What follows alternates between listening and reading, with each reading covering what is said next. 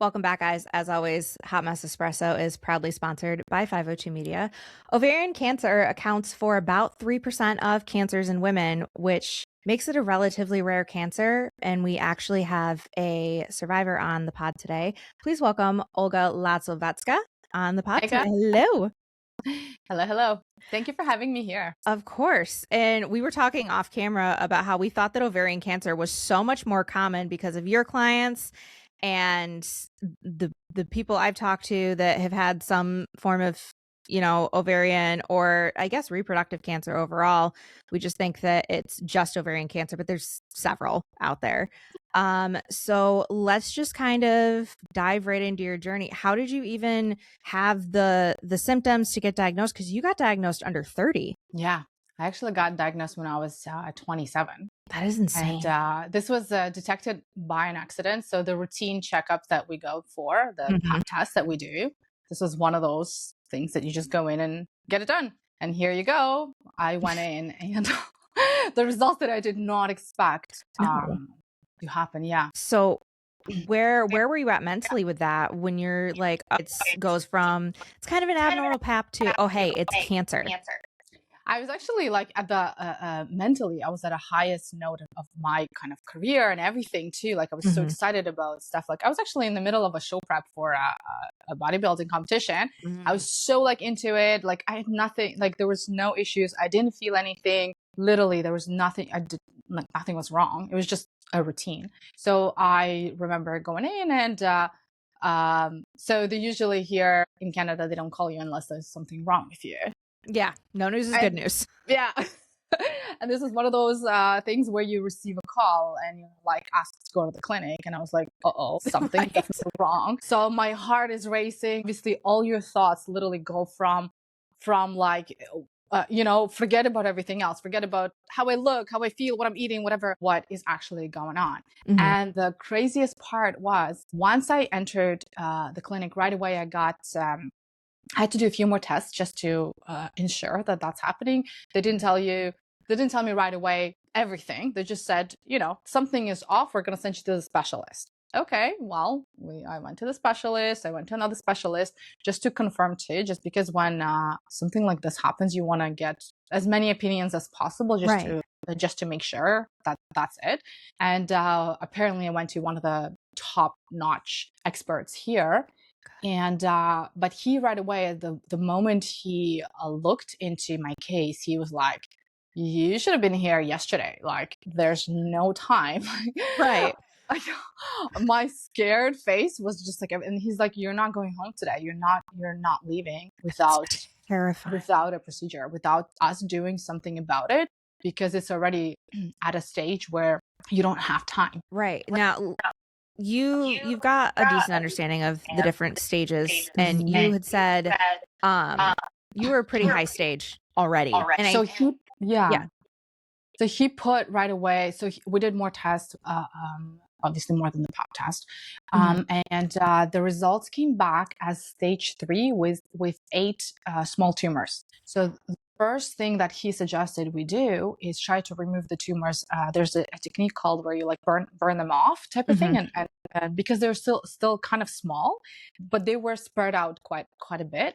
Yeah. So he said we could do it, and literally that same day, I drove myself there. I didn't expect to like I didn't plan for who's gonna pick me up or what's gonna happen or anything. Right? I was just going in to get my results, and I was hoping it's a mistake in the test. But he said no, we have to do it right away. They got me, on the table. They did the procedure, and once they do the procedure, they test if there's any leftovers. So then you have to come back in a couple of days when the results are back to see if all the tissue was gone or what's happening. And I came back. And this is the words I think that I don't think anybody's ready to hear. It's like, it was not successful. And this is where you sit down and you're like, what? Like, what do I do now? This was probably my break point in my entire life, because what he said was the only other thing is to actually remove the organ altogether. But that means, number one, timeline. It was pretty bad timing because he put me on the New Year's for surgery.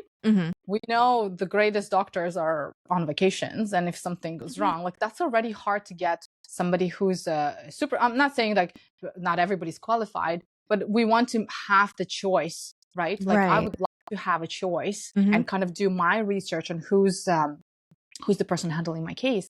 That did not give me the time. And second thing was, if I would actually go for the surgery, that would mean I could not have kids. And this was a big thing for me, because I wasn't ready for kids at that time, but I didn't want to close that page forever. I wanted to have kids eventually. I was, of course, in my prep, but after that, I would have loved to have kids. So this is where my world literally turned upside down, and I had to make decisions what to do. And right away I sat there, and you know that feeling when you just like, no, it's not for you. Like, it's just not for you. Yeah. You start researching. Of course, you go back and you start thinking about it. You start getting 10 more opinions and researching about other countries and other methods and whatever is available, because that's, it's scary. But another thing to add to that, once I came back for all my results, when they took a look, he said it's actually spreading even more. So this is where I started seeing specialists, and then it's quite amusing. I don't know the word to use here, because it's scary, and how everybody was giving different timelines, and some doctors were even telling me you have months to live. I was like, what? Because it's spreading so fast, that eventually they're like, you don't have many options. You don't, and everybody was kind of giving their own thing. And all I was getting is just being scared of making a decision what to do. So what this doctor did, he had scheduled me for a surgery on the 31st of December. I remember it like it was yesterday. And I told him right away, I'm not coming to the surgery. He's like, I'm going to keep it here in case you change your mind. This was, I think, November time. So he's like, you have about a month to decide, but that's literally not a lot of time. So I didn't go to the surgery. I took the whole month to, well, of course, I cried myself to sleep probably for half the month. But I had to, pull myself together and start doing a little bit of work myself. And looking into different methods, different countries, what's out there, and learning more about cancer. Like my background is in medicine, so I started kind of bringing out all the knowledge. But you don't use this knowledge all the time. This was something that I've studied before, so I started kind of going back and doing my own research, trying to put everything together and then make a decision by that. Yeah, because you want to trust the doctors, but sometimes you just want to have a full understanding of what the hell is going on. Yeah. So I know you chose more non-traditional methods in order to treat this. Can you kind of walk me through what treatments you decided to go through? So this is where the reason why, like, I love medicine and stuff. I studied in medicine. But when different specialists are telling you different things, this is where you start questioning if everything is really, like, who do you really trust, right? Because they're all specialists, and they all have crazy, amazing stories behind them of clients and stuff. And when somebody says, you'll be okay, and the other one says, you'll never have kids, and then the other one says, you have just a little bit of time left to live, like 3 months or whatever they were giving me. Like, that's a range. Come on. Yeah. Like, if it was a little bit somewhere here and there, in the timeline, that's okay. But this is where I started looking into things like acupuncture, things like homeopathy, things like cupping, and other, like, I know there's an institute that I believe they're in Russia. They actually deal with cancers. They specialize in cancers. I went to McMaster, which is in Hamilton. So we have a very advanced research in the cancer field as well. So again, started learning all of this, putting this kind of together. And this is where I decided to fly to Europe to get, number one, and more detailed testing. I find just here, they don't give you the results. They tell you the results, but you can't actually see. Like, at this point, I think now we're a little bit more advanced. Yes. This was like 8 years ago. Before, it was really hard to even get blood work done, like the results. You have to ask for it every single time. And it's very hard to understand what's happening if you don't have the full picture. So every time you go to see another specialist, you have to like you had to do it all over again. And this is insane. Now we're all like way better. Yeah, so much better. Yeah, but back in the day, like this wasn't available. So I actually flew to Ukraine. I'm Ukrainian. And this is where there it's all you pay money and then you get results, right? So like right away, it's like a 2-day turnaround time. And with cancer, you don't have time. This is the problem with that. So this is where I started doing a lot more testing to understand what's happening and stuff. And this is where I've put together, in the meantime, like because I was doing the research, I've put together a team of people that I trusted, that everybody was a specialist in a specific field. Yep. And we started the treatments, and the treatment involved, again, a variety of things like acupuncture, and this was always a different type of procedure too. Homeopathy was a very big component of it. There was specific vitamins, and again, so it was a scary decision to make, because when you read about, like, at the end of the day, medicine is medicine, right? We all depend on it. So when you choose a different route, it's probably the scariest thing you can do, because you don't know. You don't know. You're right. Right? But the good thing is, again, because in Ukraine, you can go back every 2 weeks and do the test again without asking to pay the money. I'm not saying Ukraine is like the country. I'm just saying because I knew the resources, and you do the test, you get it done. At least you know if it's progressing or not, so you can kind of control it. Here in Canada, it's a little bit harder to do, just because waiting for an appointment sometimes takes half a year. Yes. When you have cancer, you don't have the half a year. No. So I've put together a team of people that were kind of in charge, and myself, like, I was doing the nutrition for it. And this is the point where I have to say that you start believing, like, things that are not even they may be in research and they're just preliminary data, but you take it. You believe, you take every little thing from everywhere, just because if there's a little bit of proof that, there's a chance that this could work or help, you rely on that. And unfortunately, this is like, it's a decision, right? Like, I chose that, so I kind of had to go with it all the way. Right. So, but the good stuff was that we were testing all the time as the time went by. So that gave me a bit of that calmness, that everything is okay. We're not progressing, at least. Like, that was a good result to begin with. But it took about 1.5 years actually to from stage 3 to, so the final diagnosis was stage 3 with the stage 4, but he didn't put it on the documents. He just scheduled me for the surgery, because he said it's already spreading. Right. So, but we went down to 0. And I flew, like, eventually I flew back to Canada for the test again, and everybody's like, oh my God, wow. And I ended up having a baby 1 year after that too. Oh. But this was the whole procedure, and the journey was really scary. And there's not a lot of resources to really help you through too. There's and really I find not. that the moment you decide to go the non-medical way, oh my God, it's really, really tough. But I also had somebody help you mentally as well. Like, I would go for therapy, just because friends and family, they try to be here to support you, but they don't understand. And they can't. They can listen, but they can't really give you that kind of help that you need. And it's like, when you're telling them, you expect them to say something to help you, but they don't, and you're just so agitated that you can't get the help. It's really frustrating. So it was very helpful to have somebody to even talk a lot of these kind of like issues out with. Yeah, no. And to kind of jump off of what you were saying about therapy, especially when you're going through something big like that, when you're dumping on friends and family, like, they want to be there for you, but they don't know how to help. And then it turns into, like you were saying, that communication breakdown. Yeah. So having a professional that you're like, hey, this is where I'm going to dump all my stuff so I can maintain my relationships, it really helps. And then they're trained to help you work through all of that, versus your best friend who loves you dearly, but like, she doesn't know what you need at the moment. They don't have the tools, and it's right. And most of the time, every time I noticed that I have talked to my friends and family about it, what they would do is they would start crying. And then I feel like I have to make them feel better. But I can't, I came for help. Like, what? Right. It's like, okay, this table turned a little bit. Yeah. And And it's so not like anyone's fault.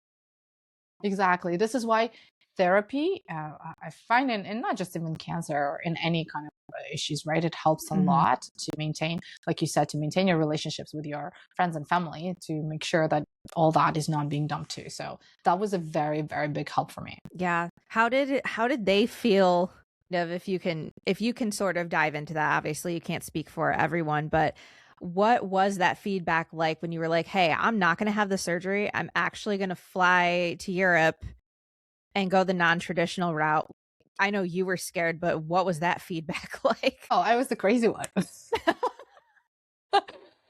I was totally the crazy one and whatever. But at the end of the day, it came down to, it wasn't even about me. It was about the possibility of having a child. Because at the moment it was like, I would, I always think of it this way.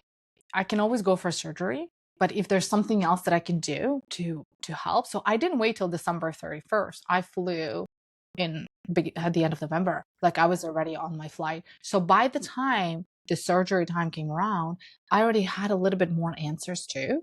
And so nutrition too was a big component of this as well, because there's a lot of resources that help you with the fact that it's debatable. We're not like, it's not about, but Right. again, you believe everything there is to support you at that point, because mentally that's what it is, right? So there's certain things to, to create an alkaline environment so it doesn't progress. So because time, I find in all cancers, time is of essence. Time is the most important thing that you can have. So while I was still searching, I was kind of like, okay, let's figure this out. Let's, support me the best way I can. And there's like so much money in cancer research because it's so, and not just specifically ovarian. There's other Right. research, right? But actually, there was one study, really cool one. It was actually 2025 too. I mean, it's good that it's available now. At that time, it wasn't. Right. But doesn't help you now or then. yeah, but it actually shows that like the protein plays a big role and how much of it plays in it, right? So at that time, I was applying every knowledge I had, and she just kind of like put it all together. And I did a lot of this research too on the institute. How there's a theory that is like the hunger cures. I don't know much about it, but the whole idea is that not feeding the cancer. At this stage, you believe anything and everything that you can do to support the body, right? So this is where I think I kind of won a lottery that I started that in time, so to help me guide the process. But then what we had to do, it wasn't just like, oh, let's just be healthy type of thing, let's eat chicken and broccoli. It was based on the stuff that we were doing with the specialists. If, for example, there's like we had to do a carb desensitization protocol, so we remove the carbs, but we keep like the protein and the fats in there. Then there's time you reintroduce something, then you take it away, you introduce again, because we were doing the testing every 2 to 4 weeks. Like it depends on the phase. In the beginning, we're doing it often to see if the method that we have chosen, if that's helping or not. So we're doing it very often. And after that, it was the time frame was getting longer and longer in between when we're starting to see the difference. Yeah. Yeah, no, I completely agree that nutrition plays a huge role in a lot of things. We've seen different, even just anti-inflammatory diets of like, hey, if you've got a lot of inflammation, this food is a no-go.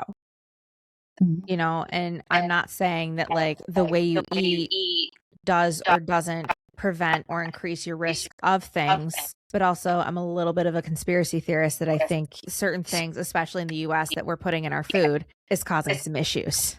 Yeah. Oh, totally.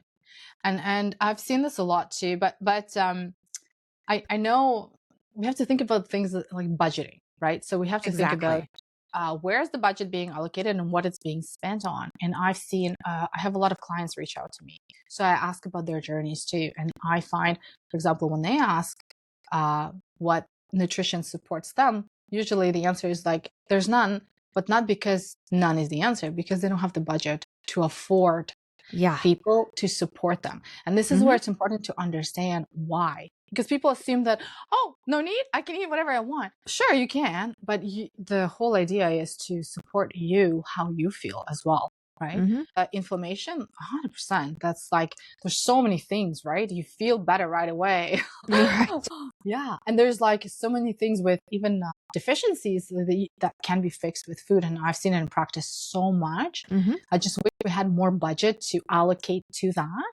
But it's very hard. I worked in research before. And like I virologist by my degree, and I know how difficult it is to get this funds to get any type of research. But it's the same thing that applies to every area. So you have to understand. You have to literally like not beg for money, but like apply for grants all the time. It's not like people. I find people think that funding is available everywhere. Here's like millions of dollars. It's actually not the case. And there's a lot of people fundraising money enough, right, to support these, to support the research, which is very unfortunate. I wish it was like allocated a little bit differently, but there's so many sicknesses in the world, right? Yeah. What are we gonna do? Yeah, pretty much. And like you were saying, it's not even just, and I think you kind of touched on it, but it's not even just like the budgets for the research. It's the budgets today in this economy. Like eating healthy is not attainable for a lot of people, literally because of grocery budgets. Yeah. And it's getting worse. It's so bad. It's so bad, you know? So being able to eat healthy is a privilege, and it shouldn't be like that. But I think it's not going to happen in our lifetime or even in the lifetime after, but maybe, you know, a couple lifetimes down the road, we'll reverse that a little bit. But to kind of turn left / keep going with your story, what was that feeling like when you were told, hey, you're in remission, your margins are good, you're in the clear for now? I felt happy. I was like, oh my God, wow. Right. I heard 0. This was like, wow. I couldn't believe it. I had to do many tests to believe that, because it was something that felt so unattainable, just because the whole journey, I know now it sounds like, oh, I just, you know, some needles and whatever. It was actually much harder, mentally and physically too. Like we had to do even things like cupping, like specific, right? Like my body felt like it was bruised all the time, just because there was something going on. We did lymphatic drainage. We did like, there were so many other techniques, right? So I was exhausted, honestly. I was so tired coming out of this. Right. And I was kind of crazy. So I've decided for during the time that I was doing this, because when I found out that I had cancer, I was prepping for a show. This was like a stage is like my dream kind of thing. And I've always worked with that. Like I find everybody needs a goal. So I find like that's kind of always been my goal. So I was crazy, and I decided to continue prepping the best that I could, so that if I make it out alive, I will go on stage. I will place last. I don't care. That it wasn't about how I looked. It was about, I made it about winning at life, winning that other chance to live. Yeah. And I remember very well. So I continued. This is kind of how I kept my like mind focused on something else, because once you start focusing on negative things and what could happen, I swear, like it gets worse. 1000%.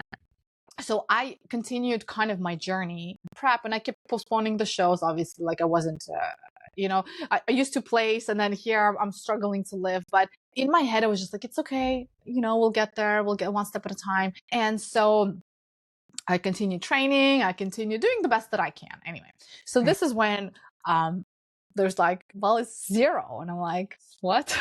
What do you mean 0? I'm so used to this. Like, I thought I was going to do this for the rest of my life. Like I didn't know the timeline. So it was a year and a half of like fighting over and over. And this is really, it was really affecting me too, because for example, even to go somewhere and even to socialize and stuff, I was so restricted in what I could do. And people were like, oh, I didn't want to come out. Oh, hey, I'm Olga, I have cancer. Like, it's not something that you want to do. So, and it's a year and a half of your timeline. You want to have a life. You want to kind of disconnect and just go and have a good time and stay positive. But it was really hard, I find, especially with nutrition being very strict. People were like, oh, just have a drink. Alcohol? Are you kidding me? Like, no.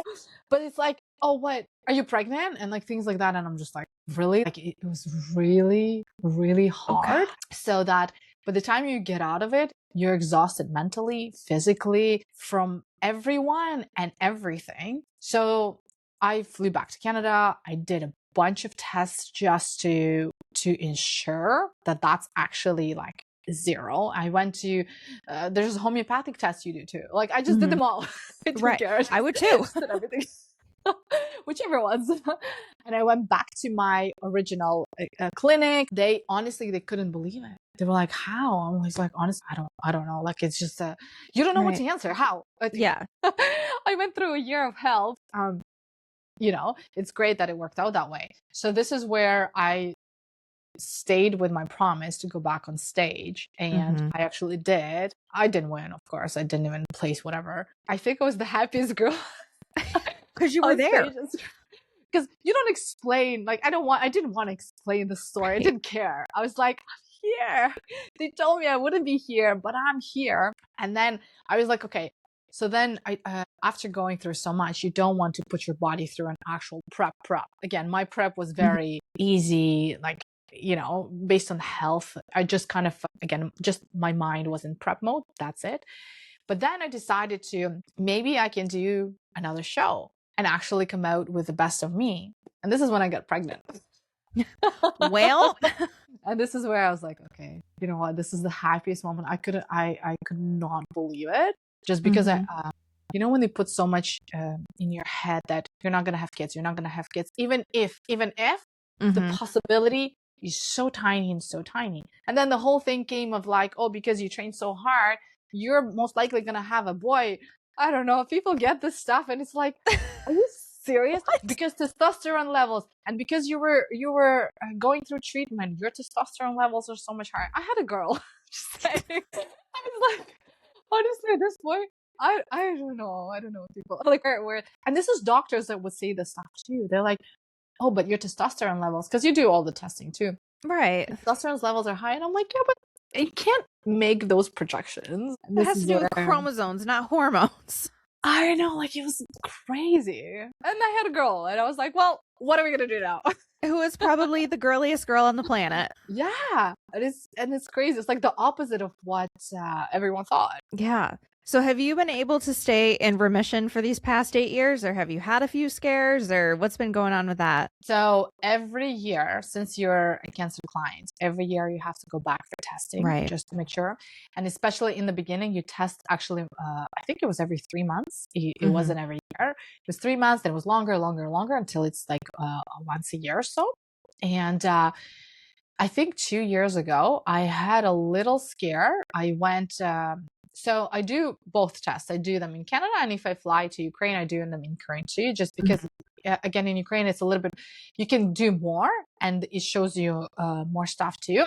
And it's nice there because everything is in one clinic. You can kind of see the whole overview of my past years. And I had a little scare, but it was really weird that it was not ovarian, but breast cancer. So they found, I was like, seriously, like, we're doing this again? Right.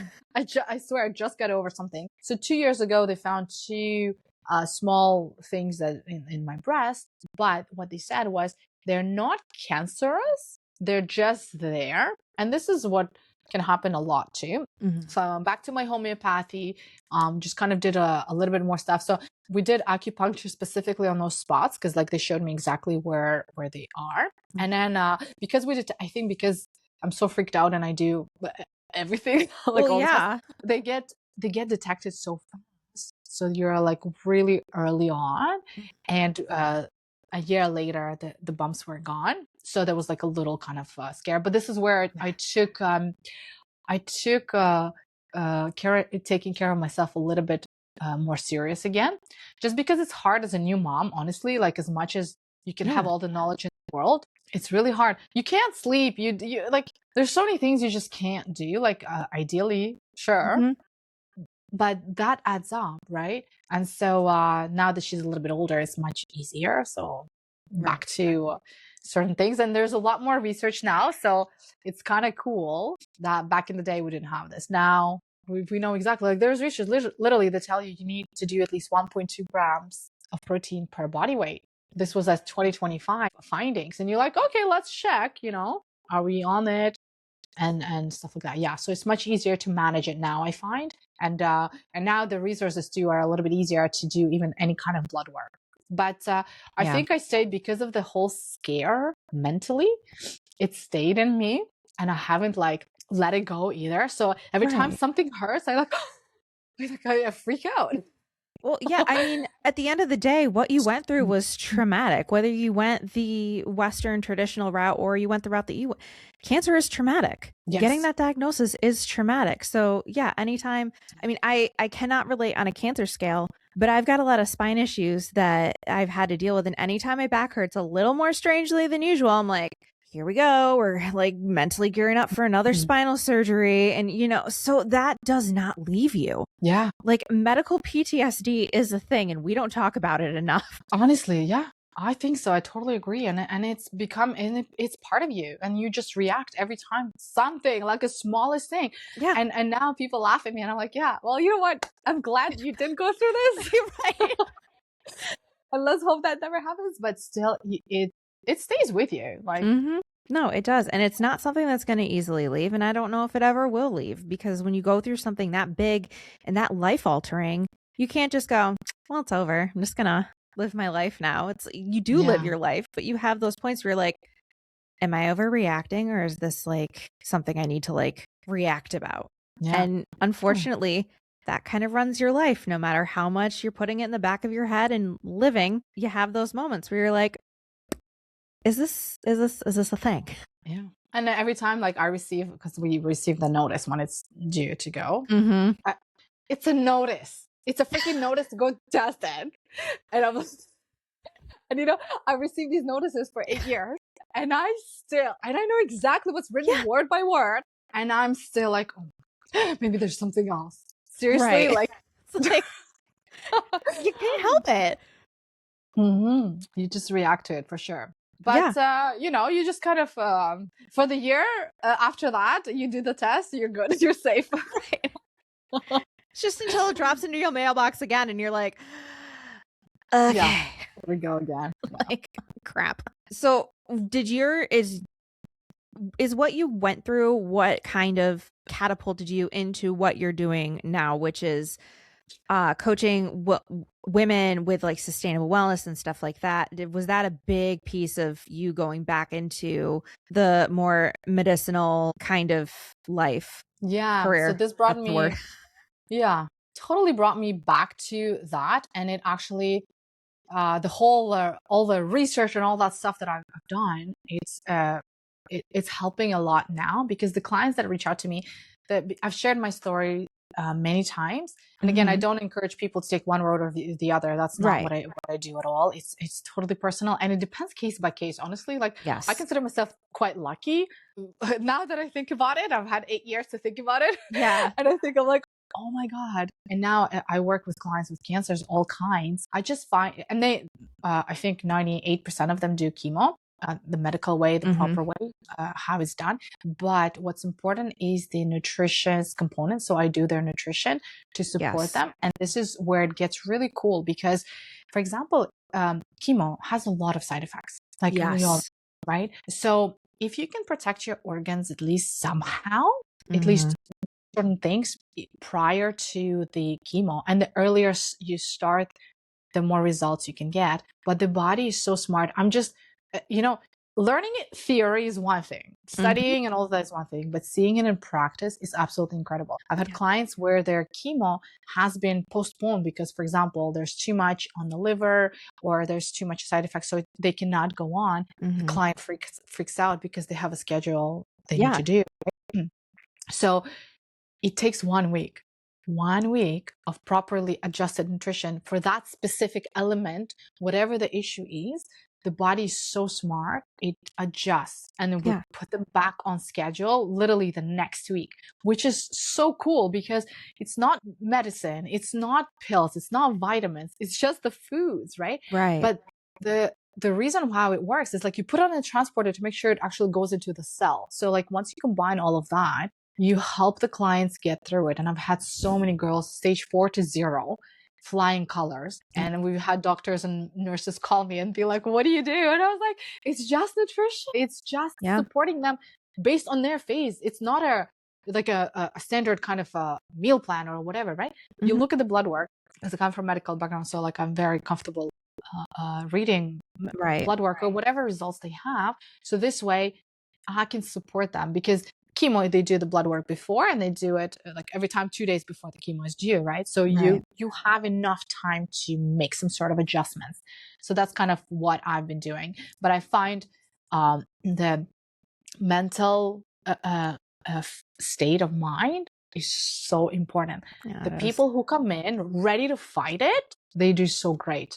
People that come in and they're so upset, and I just remember myself that the first 2 weeks when I heard, it's not something, I don't think anything can prepare you to hear this diagnosis. You think it's somewhere else, you think it's happens to somebody else, it's not my problem, and it shouldn't be, right? Like, it shouldn't be anyone's problem. But when you hear this is like that shock moment. And I find people that are able to get through that and put that aside and just be so positive, their treatment is like flying colors. They come in, they feel good, you know. And those that are just like really down, and this is where I always think about my competition. Maybe it wasn't such a bad thing that I kept myself busy and not drown in my own problems and crying and stuff, because that makes a lot of difference. No, it absolutely does. And that's the thing. Like, I think we're finally at a point where nutrition is becoming more talked about, and you are what you eat and stuff like that. And, you know, we're talking about, it's more than just eating, like you were saying, eating chicken and broccoli and making sure you drink 120 ounces of water a day. We're talking about different infusion therapies to make sure that people are actually getting the hydration. And that makes a huge difference. You know, eating things that are not inflammatory, like just being more mindful about what's going into our systems, whether you're a cancer patient or you just want to feel better and not as sluggish in the morning. I think we're finally talking about all the different ways that food helps support us in our cycle. Like you heard just eat a steak in, you know, when you're in your luteal or you're during your cycle, and we're just like, oh, okay, like whatever, like, you know, that's just what we're craving. And now more and more research has come out that like certain foods help support your hormones, help support your body through the different stages of your cycle. And it's the same with, you know, I'm sure that, you know, in the spring when allergies are abounding, like certain foods help, you know, limit the amount of histamine that is going through your system, that kind of thing. So it's like, nutrition is so important. And like, I don't have all the answers, because guess what? I don't eat the way I should all the time, hardly ever. But I'm gonna tell you right now, when I do, I feel so much better. And then I eat like crap, and I'm like, why did I do that? Because now I'm sluggish. And it's one of those things where it's like, oh, I feel better, I should stop taking my meds. And it's like, no, you feel better because the meds are working. And it's the same with food. It's very, very true. And I'm glad you actually brought up an important point about the menstrual cycle. And I'm so in support of that. Like, I honestly, I always live off of like, food is power. There's so much actually based on that. I've built that into my app as well, the whole phases and the foods attached to it, what you should be eating. And I have clients that are like, oh my God, number one, it justifies the craving. Number two, it gives you you can have whatever it is that you're craving. Like, the justification allows you to have it a little bit, and you know what, it clears it. Because you're not constantly fighting it. Like, if you want the piece of chocolate, there's nothing wrong with that. Like, it's not about to go have 2 pounds of chocolate. That's a little it's a little much. Pushy, right? That's a bit too much. But our bodies are so smart, even with these cravings. They tell us what they want. And sometimes we don't see it. We're just like, oh, I'm just craving sugar. But why? What specifically? And if you dive into like the certain elements, if you give your body just those elements, you're like, oh my God, you're flying through and you're feeling great. And this is incredible. And I'm so happy that more and more people are talking about, people are looking into this, and clients want that too. And I'm so happy. This literally like makes my heart happy, because I want everybody to be like on their best, right? I know, that people understand and they want that. They don't want just like, oh, give me random chicken and broccoli and rice and whatever to eat. I want to know how to support me and how to feel better every single day. Especially as women, because literally depending on the day depends on how we support ourselves. It's so different being a woman because you have like men, their hormones are pretty even keeled baseline. Women's are up, down, sideways, out the door, around the corner, and it literally depends on the day. And it's so important to, and I say that as somebody that needs to pay a little more attention to it, but it is so important to fuel your body based off of literally what day it is. Yeah, it's very, very true. And sometimes, like, as a mom too, like I can talk about a lot of this. Like, you have a lot of sleepless nights. It doesn't matter how old your child is. It doesn't matter. I swear, I thought the first 2 years are the worst, but it depends. Like, I still don't sleep properly, and she's 6. It's still like I still have nights where I'm just like, oh my God. And guess what happens during the day? I'm just like looking for energy, right? So it could be coffee, or it could maybe I could replace it with something else, because coffee is also, how much of it are we okay to drink? Yeah. So we have to adjust based on how we feel, but also I find a lot of people jump right away to supplements and stuff, to whatever, but just so that we don't forget, there's actually foods that we can also take in and eat and drink, or whatever it is, that do the exact same thing. And this is kind of like, food is power, and it's a great tool that we have and often forget. Yeah, and when it comes to supplements, like, yeah, supplements are great, but it is really hard to find a supplement that is going to give you the max amount of, what you need without a ton of fillers in it, and also not be half your paycheck a week. Yeah. And we never know, actually. This is kind of like one of the studies too. Like, there's several studies going in. So a lot of the time people tell you, like, take vitamins, right? But you don't know what actually gets absorbed into the body. A lot of the time it gets excreted.